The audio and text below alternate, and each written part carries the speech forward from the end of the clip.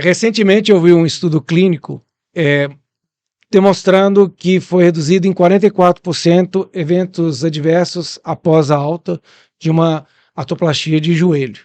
A pergunta para vocês é, esse estudo clínico, ele estava relacionado à melhora de qual aspecto da cirurgia? O que chuta aí? O que no dia de hoje você poderia alterar dentro, né, de todo um processo cirúrgico que conseguiria reproduzir de uma maneira consistente uma redução de 44% nos eventos adversos pós-procedimento? Estamos pegando sopetão aqui, mas pensando aqui na jornada cirúrgica inteira, eu vejo algumas coisas que são importantes. Primeiramente, eu acho que o tempo cirúrgico da cirurgia é uma coisa que pode levar muito em conta, pensando muito em protocolos gerenciados, né? Não podemos deixar de notar que a grande importância da equipe multiprofissional na jornada, ou seja, fazer a fisioterapia já no pós-operatório, chegando no tempo de internação. Eu apostaria minhas fichas nisso, mas a pergunta não foi só para mim, tem outros dois aqui do meu lado. Isso daqui, a vantagem é que eu tive mais uns segundinhos para pensar. Eu acho que a equipe faz toda a diferença, assim. E a equipe, eu não tô dizendo equipe, obviamente, não só médica, assim. A equipe do centro cirúrgico faz muita diferença. Então, por exemplo, eu faço via anterior, né, para prótese de quadril. E quando eu vou numa sala que ninguém nunca viu uma via anterior, só dos caras verem assim, peraí, mas o paciente vai ficar de deitado de barriga para cima, entendeu? Isso gera um nó na cabeça das pessoas que ninguém entende, entendeu? Então, quando hoje em dia que eu tenho uma equipe que tá sempre comigo, então os meus auxiliares médicos que me ajudam, minha instrumentadora, os anestesistas, os circulantes começando a entender, as instrumentadoras da empresa, o negócio flui muito melhor, entendeu? E daí, poxa, aquela coisa, sabe, que no centro cirúrgico você pede lá, me abre a taça 52, o cara demora 10 anos para abrir a taça 52, você vai somando essas coisinhas, dá uma diferença de 10, 20% no tempo cirúrgico, que dá diferença pro cara ir embora de alta, entendeu? Então acho que essa padronização, que é uma coisa que pode ser muito auxiliada pela indústria, eu acho fantástico. Bom, agora eu preciso inventar alguma coisa para vocês falarem. Seja criativo. Lógico, os aspectos de qualidade de segurança, previsibilidade são sempre muito importantes, a orientação do paciente. Eu acho que isso talvez faça até mais diferença do que aspectos técnicos, mas lógico, vou devolver pro Fabrício para solucionar essa charada para a gente. Não, primeiro eu acho que a resposta de vocês estão absolutamente corretas, mas especificamente esse estudo clínico, ele é exatamente aquele aplicativo que eu falei, que se comunicava com o paciente depois da alta. Então, eu só estou trazendo isso porque é um aspecto de transformação digital que normalmente a gente não pensa, né? Quando a gente pensa de melhorar, né, os resultados cirúrgicos, a gente pensa em quê? Em ter um excelente cirurgião, uma equipe bem treinada, pensa em ter uma melhor prótese, e sem dúvida alguma tudo isso é fundamental. Mas, às vezes, se a gente ampliar esse pensamento para também usar a transformação digital, por exemplo, para fazer um acompanhamento com esses pacientes, com um robozinho de inteligência artificial, que não é um chatbot, é uma linguagem que realmente aquele paciente vai sentir que tem alguém, ainda que virtual, conversando com ele. Isso foi documentado que proporciona ganhos dessa escala. Então...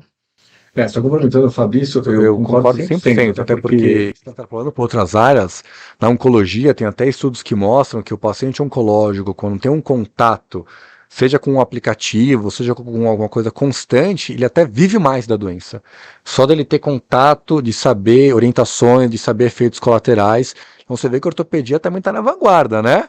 Mas e dentro da plataforma do Velis, a gente, né, dentro dessa plataforma a gente tem 60 soluções aproximadamente, e uma delas é essa conexão do aplicativo. A gente sabe o quão importante a equipe multidisciplinar é para uma reabilitação de uma artroplastia de quadril, por exemplo, né? Então, e a gente sabe, e aí uma pergunta para você, né, Leandro, que ao longo dessa jornada, né, de recuperação, que ela é longa, o paciente, de alguma maneira, às vezes se desestimula, ele fala, puta, não vai dar certo, eu não vou conseguir. Então, assim, esse aplicativo, obviamente, essa solução, ela ajuda a engajar, mas aí, como é que você acha que a tecnologia, nesse sentido, pode dar um boost, ou dar um up para o paciente e falar, cara, não, eu sei que a previsibilidade, eu sei que eu estou na metade do meu tratamento, mas quando eu chegar até lá, eu consigo evoluir. Como é que você vê isso? Tem uma série de coisas, assim, por exemplo, a gente como ortopedista, querendo ou não, você vai ver o paciente nas primeiras semanas com código curativo uma vez por semana, depois você vê o cara uma vez por mês, depois a cada 2, 3 meses, e você é muito espaçado esse contato, né? Então, por exemplo, para mim faz muita diferença quando tem um fisioterapeuta que eu conheço que tá cuidando do paciente, porque daí ele sabe mais como é que anda, tal, ele vê como é que tá indo a evolução, e ele me dá um toque, esse cara tá indo mais devagar, a gente precisa dar uma olhada melhor.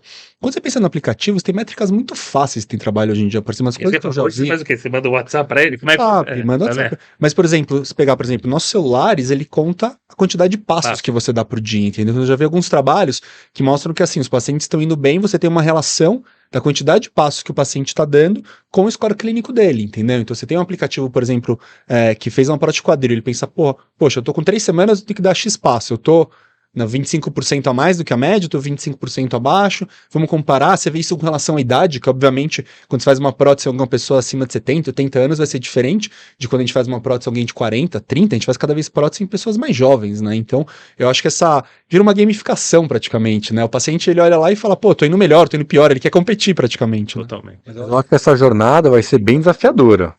Não vai ser simples, né? Uma vez que isso tanto da parte da indústria quanto nós de ortopedistas. Então a gente tem que manter esse contato.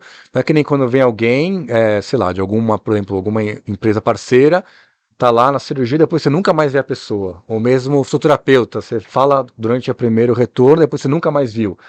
Eu sei que nós que operamos próteses, né, Leandro, a gente continua muito tempo com os pacientes, mas eu sei que o André que faz trauma, às vezes chega o paciente com uma fratura, opera depois, às vezes mesmo no mercado privado, a gente perde esse segmento. É um desafio isso, não? Um desafio, mas eu acho que a ideia do aplicativo, talvez ele tenha só como um exemplo do aplicativo, né? Ele tenha um significado um pouco maior, que eu acho que talvez seja uma união entre a indústria e o médico. Assim, eu não estou falando desse aplicativo por si só, mas eu acho que o paciente ele precisa de previsibilidade, ele fica muito mais tranquilo, muito mais calmo. Informação é ouro, né? Não tem jeito. A gente vai conversando, vai mantendo diálogo por WhatsApp, liga para o paciente, mas eu acho que esse aplicativo, muito mais do que os dados e a previsibilidade, é um significado de união entre a indústria e o médico, a indústria estando presente junto com o médico para a melhora do paciente. Tem responsabilidade para os dois também, que é uma coisa boa. E agregando valor.